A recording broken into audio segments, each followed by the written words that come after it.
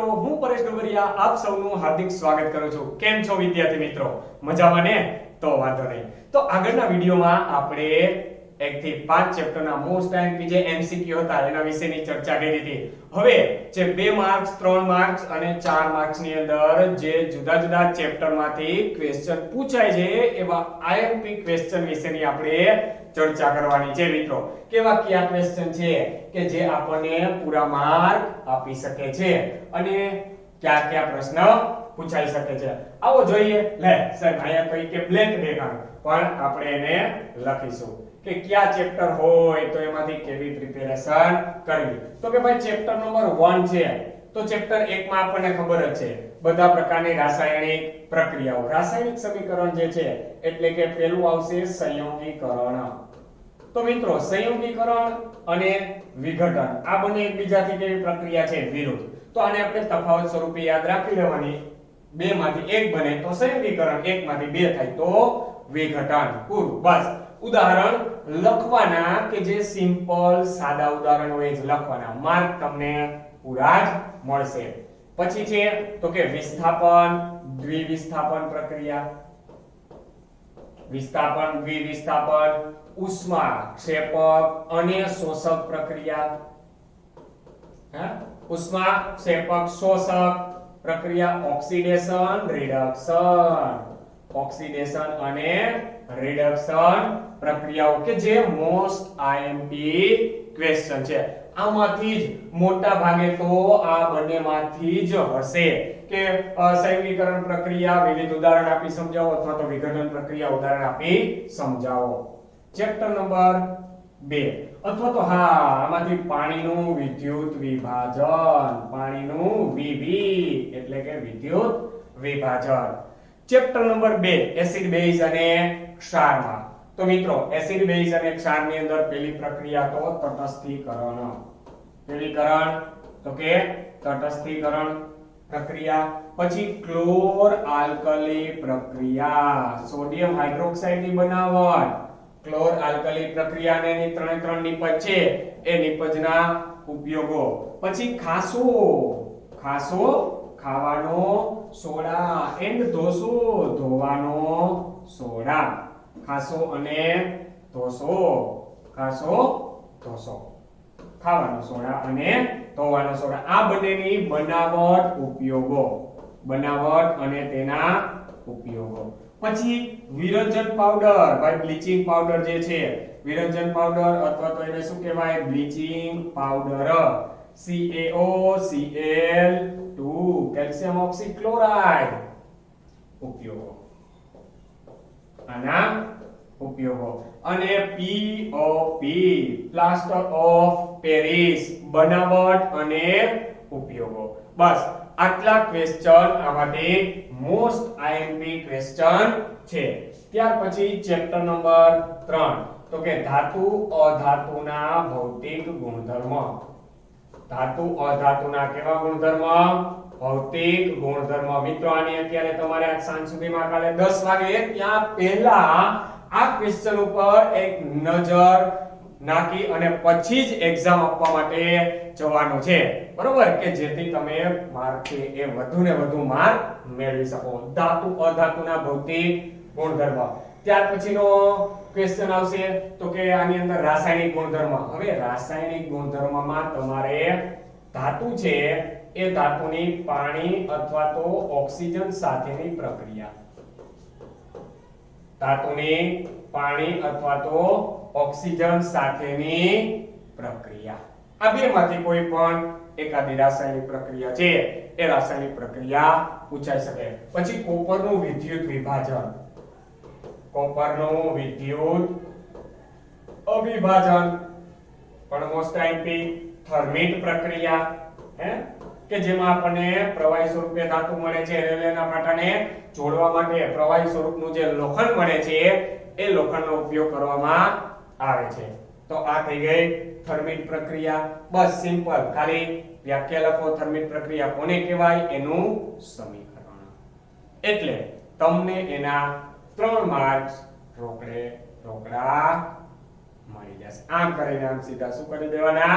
ખીચામાં મૂકી દેવાના. ગુંજન કેલ્સિનેશન.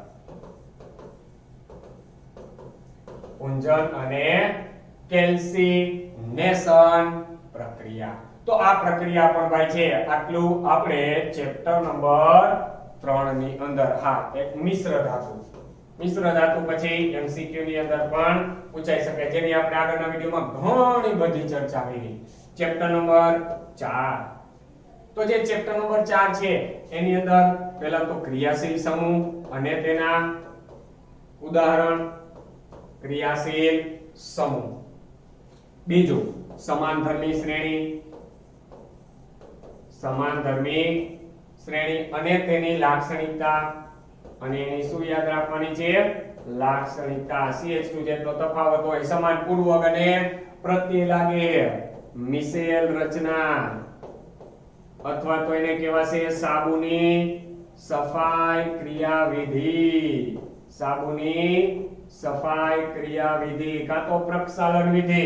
કોઈ પણ રીતે તમને પ્રશ્ન પૂછેલો હોય કે સાબુની સફાઈ ક્રિયાવિધિ, મિશેલ રચના, પછી આવશે એસ્ટરીકરણ પ્રક્રિયા.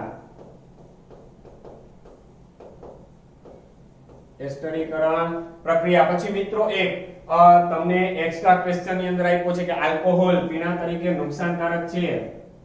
આલ્કોહોલ પીણા તરીકે કેવું છે? નુકસાનકારક છે. આલ્કોહોલ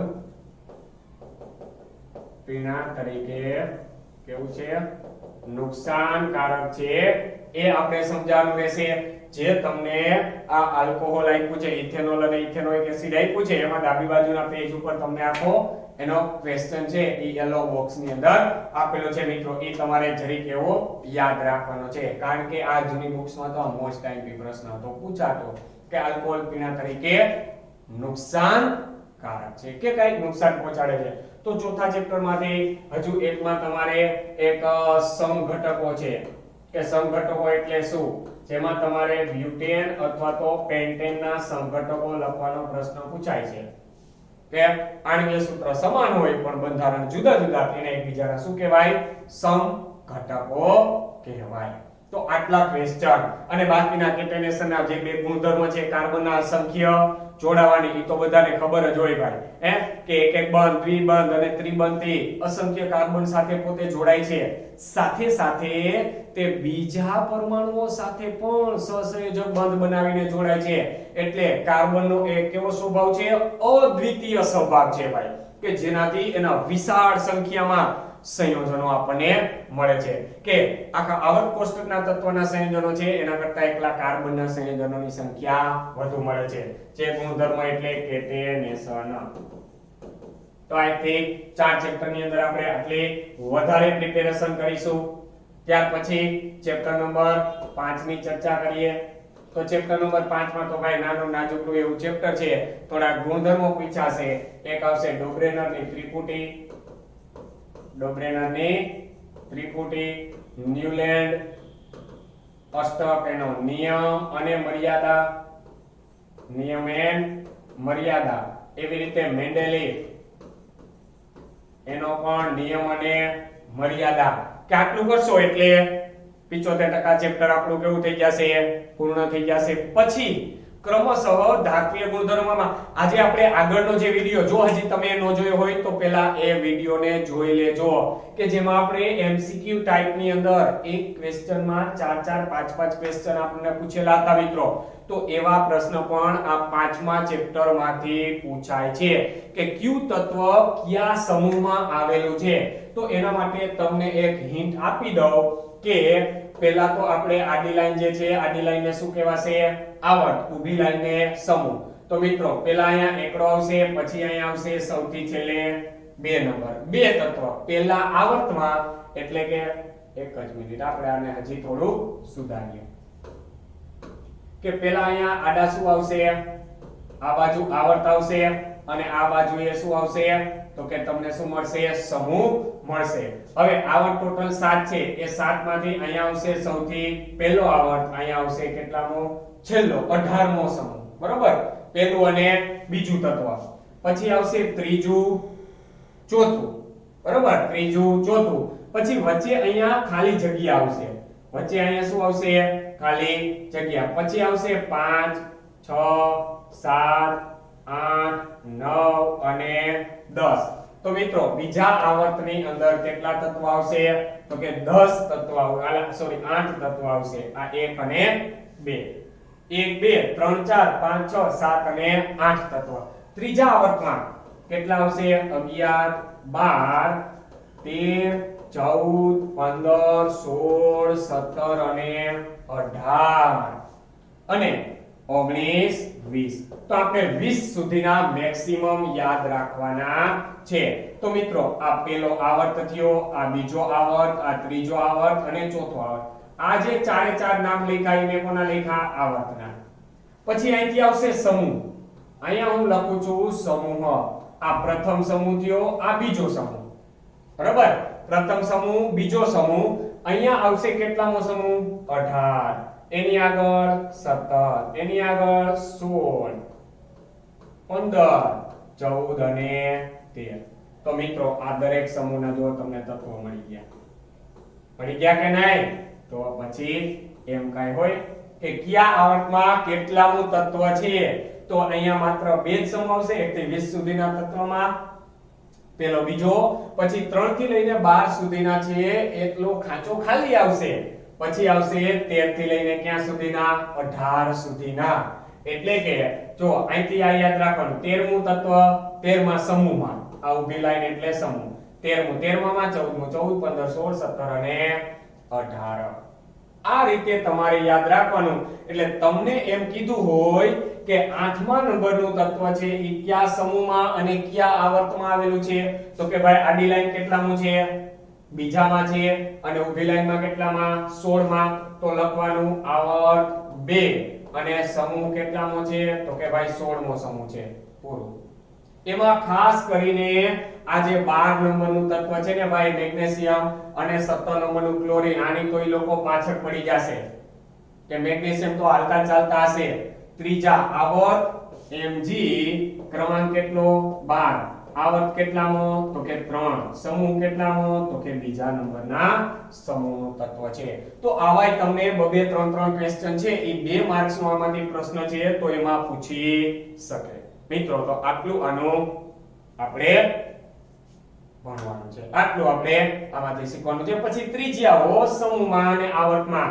હવે ઉપરથી નીચે તરફ જશો. સમૂહમાં ઉપરથી નીચે તરફ જાઓ એટલે ત્રિજ્યા શું થાય? વધે. કારણ કે નવી કક્ષા ઉમેરાય. નવી કક્ષા ઉમેરાય. ઉપરથી નીચે તરફ આવો એટલે ત્રિજ્યા વધે. આવર્તમાં ડાબીથી જમણી બાજુ તરફ જાવ તો ત્રિજ્યા કેવી રહે? અચળ રહે. એટલી બધી વધતી નથી. શા માટે? તો કે નવી કક્ષા ઉમેરાતી નથી. ભાઈ ખાલી સંખ્યા વધશે. તો જુઓ આ તત્વ છે તો એમાં માત્ર 2 થી 8 સુધીની બે જ કક્ષા ભરાશે. આમાં પહેલી કક્ષા આવશે, આમાં કેટલી કક્ષા આવશે? 1 અને 2 કક્ષા. આમાં 1 2 અને 3 કક્ષા જ રહેશે. ચોથી કક્ષા આખી આડી લાઈનમાં ક્યાંય આવશે નહીં. અહીંથી પાછી કેટલામી કક્ષા ચાલુ થશે? ચોથી કક્ષા. તો બસ પરમાણુ કદ વધતું જશે. કદ અને ત્રિજ્યા બંને સમાન છે કે ત્રિજ્યા વધે એટલે કદમાં વધારો થાય. તો આ તો આપણું ચેપ્ટર નંબર 5. હવે જોઈએ ચેપ્ટર નંબર 6 કે ચેપ્ટર 6 માં આપણે શું તૈયારી કરવાની? પાચન તંત્ર. પાચન તંત્ર આમ તો આખું બહુ મોટું છે એટલે એક સાથે પૂછવાની શક્યતા બહુ ઓછી છે. ઘણી વખત એવું પણ કરે કે માત્ર તમને જઠર કે નાના આંતરડાનું કાર્ય પૂછેલું હોય. કારણ કે આખો તો બહુ ક્વેશ્ચન છે એ બહુ લેન્થી છે એટલા માટે. પણ આ ખાસ ઉત્સર્જન તંત્ર, હૃદય રચના, શ્વસન તંત્ર. કારણ કે આમાંથી 4 માર્કના કેટલા ક્વેશ્ચન હશે? 2 ક્વેશ્ચન હશે. જારક અજારક શ્વસન, જારક અજારક શ્વસન. બસ ગ્લુકોઝ નું વિઘટન, ગ્લુકોઝ વિઘટન એનો ચાર્ટ. બરાબર? આટલા ક્વેશ્ચન છે. આટલા ક્વેશ્ચન તમારે ખાસ પાકા કરવાના છે. હજી જો આપણે આગળની સ્લાઇડમાં જતા રહીએ. થોડુંક એવું આપણે મિસ કરી ગયા છીએ કે જેની અંદર એસિડ બેઝ વખતે ખાસ pH. બરાબર? તો એની અંદર આપણે pH વિશેની ખાસ એક હાઇલાઇટ નહીં કરી. pH માપક્રમ. બરાબર, pH માપક અને રોજિંદા જીવનમાં pH નું મહત્વ. રોજિંદા જીવનમાં pH નું મહત્વ આ ખાસ. રોજિંદા જીવનની અંદર આપણા પાચન તંત્રમાં pH નું મહત્વ. તો એ pH નું મહત્વ વાળા 4 પોઈન્ટ છે, એ 4 પોઈન્ટ આપણે ભૂલ્યા વગર કમ્પ્લીટ કરવાના છે. બરાબર, ફરી પાછા આપણે ચેપ્ટર નંબર 6 ની અંદર ગ્લુકોઝના વિઘટનનો ચાર્ટ અને ઉત્સર્ગ એકમ. બસ આમાંથી કોઈ પણ બે ક્વેશ્ચન છે એ 4 માર્ક્સ ની અંદર પૂછાશે. Chapter number 7. ચેપ્ટર નંબર 7 માં પહેલા તો ચેતાકોષ. કેવો કોષ? ચેતાકોષ. તેની રચના, કાર્ય પદ્ધતિ બધું. હ્યુમન બ્રેન, માનવ મગજ. અંતઃસ્ત્રાવી ગ્રંથિઓ. અંતઃસ્ત્રાવી ગ્રંથિઓ કે ભાઈ આપણા શરીરની જે જુદી જુદી ગ્રંથિઓ છે એવી જ રીતે વાનસ્પતિક અંતઃસ્ત્રાવો અને એની અસરો શું થાય? વાનસ્પતિક અંતઃસ્ત્રાવો. વાનસ્પતિક અંતઃસ્ત્રાવ. વનસ્પતિના અંતઃસ્ત્રાવો કયા કયા છે? એમની અસર સજીવના શરીર ઉપર શું થાય છે તેની આપણે આટલા ચેપ્ટરમાંથી તૈયારી કરવાની છે. બરાબર, કે એમાંથી વાનસ્પતિક અંતઃસ્ત્રાવો છે તેમાં વૃદ્ધિ પ્રેરક કયા કયા છે? વૃદ્ધિ પ્રેરક અને અવરોધક, આમના વિશેની ખાસ ચર્ચા. વૃદ્ધિ પ્રેરક, વૃદ્ધિ અવરોધક. અને હા, હ્યુમન બ્રેન છે એમાં એના નામ ખાસ. નામ, માનવ મગજના જે જુદા જુદા ભાગ છે એ ભાગોના નામ ખાસ યાદ રાખવાના છે. ત્યાર પછી પરાવર્તી કમાન, જે આપણને કેવી રીતે મદદરૂપ થાય છે કે આપણા સ્નાયુઓની બેભાન પરિસ્થિતિમાં, અજાણ પરિસ્થિતિમાં જેવો કાંઈક લાગી જશે તરત જ આપણે હાથને પાછો ખેંચી લેશું. તો એ પ્રક્રિયા એટલે કોના દ્વારા હેન્ડલિંગ થશે? પરાવર્તી કમાન દ્વારા. મિત્રો, ચેપ્ટર નંબર 8. ચેપ્ટર નંબર 8 ની અંદર દ્વિભાજન બહુભાજન. અમીબા, દ્વિભાજન બહુભાજન. પછી પુષ્પમાં લિંગી પ્રજનન. પુષ્પમાં લિંગી પ્રજનન કે પુષ્પની અંદર લિંગી પ્રજનનની ક્રિયા કેવી રીતે થાય છે. પછી નર અને માદા પ્રજનન તંત્ર. નર અને માદા પ્રજનન તંત્ર. ગર્ભધારણ અટકાવવાના ઉપાયો.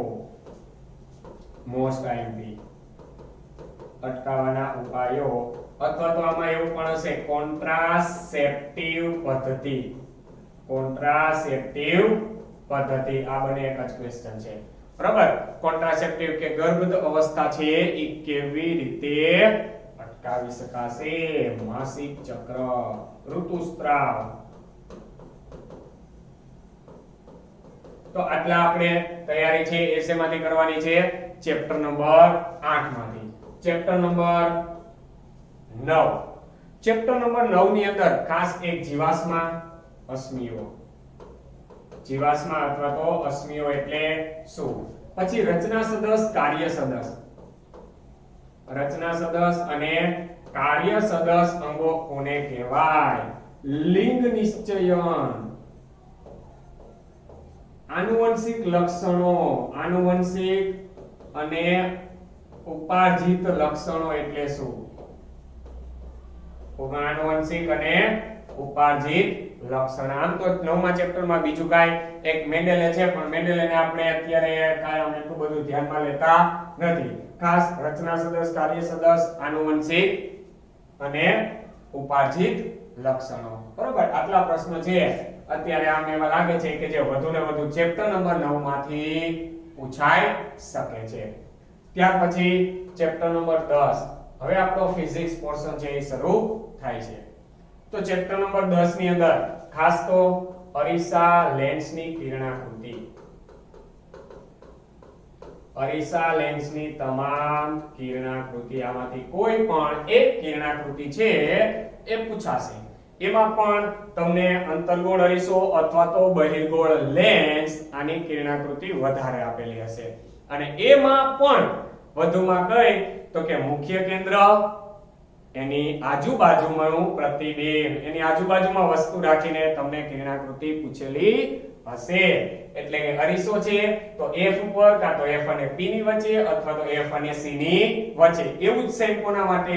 લેન્સ માટે. એટલે કે એની તમારે ખાસ તૈયારી રાખવાની છે. પછી અરીસાના ઉપયોગો, બંને અરીસાના ઉપયોગો. પછી કઈ જગ્યાએ કયો અરીસો ઉપયોગ થાય છે? ટેક્સ્ટ બુક નો જે આપણો ક્વેશ્ચન છે તે કારણ સહિત, એટલે કે સોલાર ભઠ્ઠીમાં, વાહનોની હેડલાઇટમાં અને સાઇડ મિરર તરીકે ઉપયોગ થતા અરીસાઓ છે. આ ત્રણેયમાં કયા અરીસાનો ઉપયોગ થાય છે? કારણ સહિત જણાવો. પરાવર્તન અને નિયમો, વક્રીભવન અને નિયમો, લેન્સનો પાવર, મોસ્ટ આઈએમપી.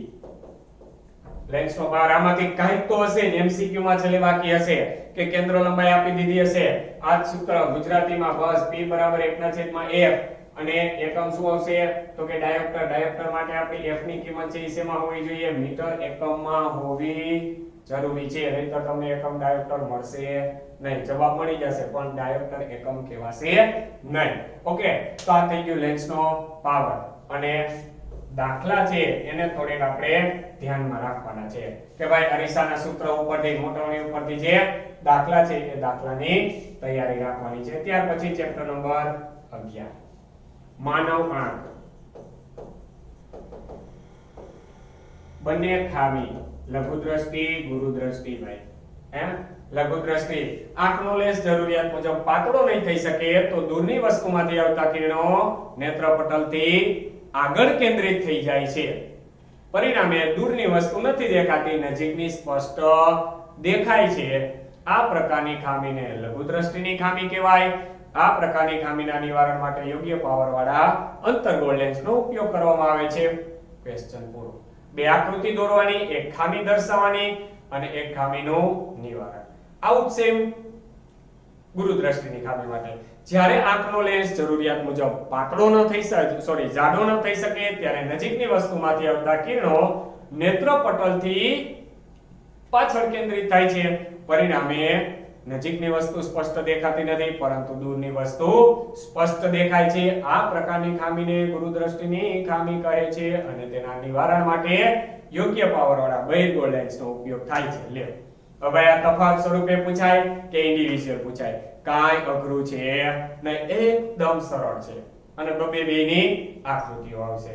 એમસીક્યુ ની અંદર પણ પૂછાય ગુરુ દ્રષ્ટિની ખામીમાં પ્રતિબિંબ ક્યાં રચાશે? તો ભાઈ ગુરુ દ્રષ્ટિમાં નેત્રપટલથી પાછળ અને લઘુ દ્રષ્ટિમાં નેત્રપટલથી આગળ. બાયોફોકલ લેન્સ દ્વિકેન્દ્રી, ઉપરનો ભાગ અંતર્ગોળ લેન્સ, નીચેનો ભાગ બહિર્ગોળ લેન્સથી બનેલો હોય છે. પછી ખાસ કરીને મેઘાભાઈ, મેઘધનુષ્યની રચના. પછી પ્રિઝમ વડે શ્વેત પ્રકાશનું વિભાજન. પ્રિઝમ વડે શ્વેત પ્રકાશનું વિભાજન. 7 રંગનો જે વર્ણપટ મળે છે, જાનીવાલી પીનારા, એ જાનીવાલી પીનારાની આમાં આપણે ચર્ચા કરવાની છે. તારાઓનું ટમટમવું, તારાઓનું ટમટમવું. અને ગ્રહો કેમ ટમટમતા નથી? ગ્રહો કેમ ટમટમતા નથી? અને સાથે સાથે પ્રકીર્ણનની ઘટના એટલે કે ટિન્ડલ અસર. અને એની સાથે સાથે અવકાશ યાત્રી છે, અવકાશ યાત્રીને આકાશ કાળું કેમ દેખાય છે? આકાશ કેમ કાળું દેખાય છે? એનું કારણ કે ભાઈ એટલી ઊંચાઈએ પ્રકીર્ણન છે એટલું પ્રભાવી હોતું નથી. આથી પ્રકીર્ણનની ગેરહાજરીને લીધે અવકાશ યાત્રીઓને આકાશ કેવું દેખાય છે? કાળું દેખાય છે. ભય દર્શક સિગ્નલમાં કેવો રંગ રાખવામાં આવશે? લાલ રંગ. કારણ કે એનું પ્રકીર્ણન ઓછું થાય છે. ભૂરા રંગ કરતા લાલ રંગની તરંગ લંબાઈ કેટલા ગણી વધુ છે? 1.8 ગણી કેવી તરંગ લંબાઈ છે? વધુ તરંગ લંબાઈ છે. આથી આપણું ચેપ્ટર નંબર 11 જોઈએ. ત્યાર પછી ચેપ્ટર નંબર 12. તો ચેપ્ટર નંબર 12 ની અંદર વિદ્યુત પ્રવાહ, વ્યાખ્યા, એકમ, સૂત્ર. એવી જ રીતે વિદ્યુત સ્થિતિમાનનો તફાવત, વ્યાખ્યા, એકમ અને સૂત્ર. અને આ જે સૂત્ર મળે છે એના ઉપરથી એક નાનકડી એવી દાખલી પણ પૂછાઈ શકે. ઓહમનો નિયમ. બંને રીતે નિયમય પાકો કરવાનો અને સાથે સાથેનો પ્રયોગ. v/i નો ગુણોત્તર કેવો રહેશે? અચળ. પછી શ્રેણી સમાંતરના સૂત્ર. જે 3 માર્ક્સ ની અંદર ક્વેશ્ચન છે એમાં શ્રેણી અથવા તો સમાંતર જોડાણના સૂત્રો તારવવાના. બરાબર? એમના સૂત્રો તારવવાના છે એક ક્વેશ્ચન. પછી એના શ્રેણી સમાંતરના ફાયદા ગેરફાયદા, ફાયદા અને ગેરફાયદા. ત્યાર પછી ઘર વપરાશમાં સમાંતર જોડાણનો ઉપયોગ. ઘર વપરાશમાં કેવા જોડાણનો ઉપયોગ? સમાંતર જોડાણનો ઉપયોગ કેમ કરવામાં આવે છે એનું કારણ. સમાંતર જોડાણનો ઉપયોગ શા માટે કરવામાં આવે છે? વિદ્યુત પાવર, વિદ્યુત પાવર અને વ્યવહારિક એકમ, યુનિટ જે છે વ્યવહારિક એકમ. kWh kilowatt hour. 1 kilowatt hour એટલે એને 1 યુનિટ કહેવાય. કેટલા જૂલ થશે? 3.6 ગુણ્યા 10⁶ જૂલ. તો આટલું મૂલ્ય છે. અને આને રિલેટેડ કોઈ પણ નાના દાખલાઓ છે એ દાખલાઓ પૂછાઈ શકે. ત્યાર પછી ચેપ્ટર નંબર 13. ચેપ્ટર નંબર 13 ની અંદર મોટર જનરેટર. ઈ પેલા ચુંબકીય ક્ષેત્ર, ચુંબકીય ક્ષેત્ર અને તેની લાક્ષણિકતા. સોલેનોઇડ, વિદ્યુત મોટર અથવા તો જનરેટર. વિદ્યુત મોટર અથવા તો જનરેટર. ત્યાર પછી વિદ્યુત ફ્યુઝ, વિદ્યુત ફ્યુઝ. શોર્ટ સર્કિટ, ઓવરલોડિંગ અને ઘરેલું વિદ્યુત પરિપથ, ઘરેલું વિદ્યુત પરિપથ.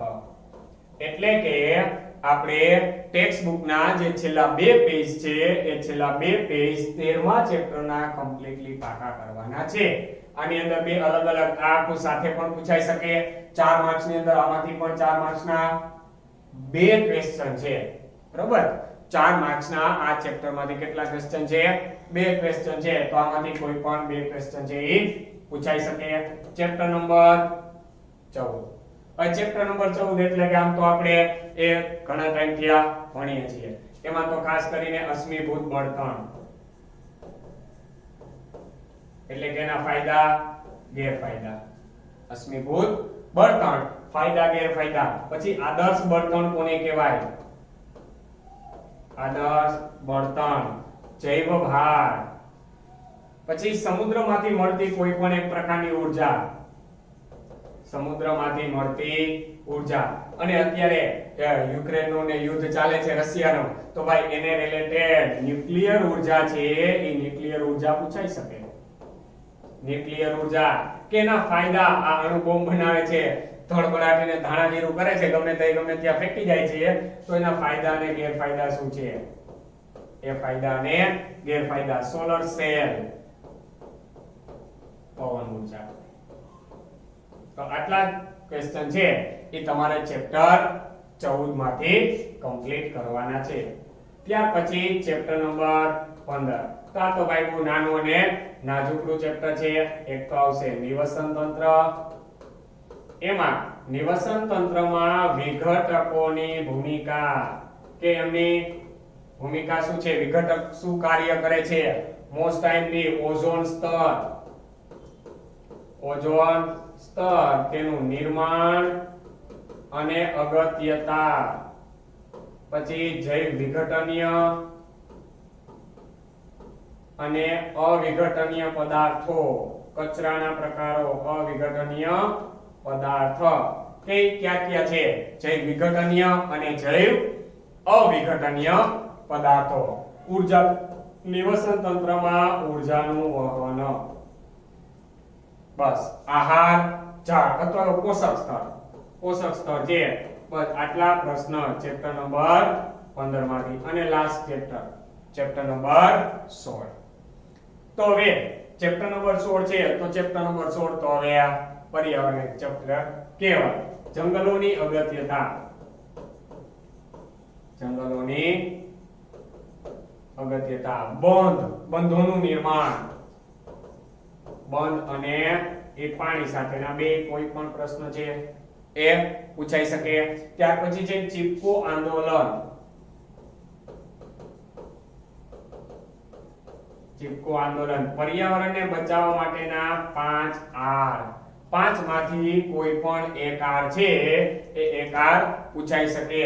પછી પર્યાવરણને બચાવવા માટે તમે કેવી પ્રવૃત્તિઓ કરશો, પર્યાવરણ બચાવવા ના પગલાઓ, એટલે કે આપણે કેવા પ્રકારની સૂચનો સલાહો આપીશું કે જેનાથી પર્યાવરણને ફાયદો થઈ શકે. તો મિત્રો આટલા ક્વેશ્ચન છે એ તમારે 1 થી 16 ચેપ્ટર ની અંદરથી તૈયાર કરવાના છે, એટલે તમને 60 થી 70 ની વચ્ચે માર્ક લેવા માટે કોઈ રોકી શકશે નહીં. તો ફરી પાછા મળીશું, ત્યાં સુધી થેન્ક યુ. જય હિન્દ, જય ભારત.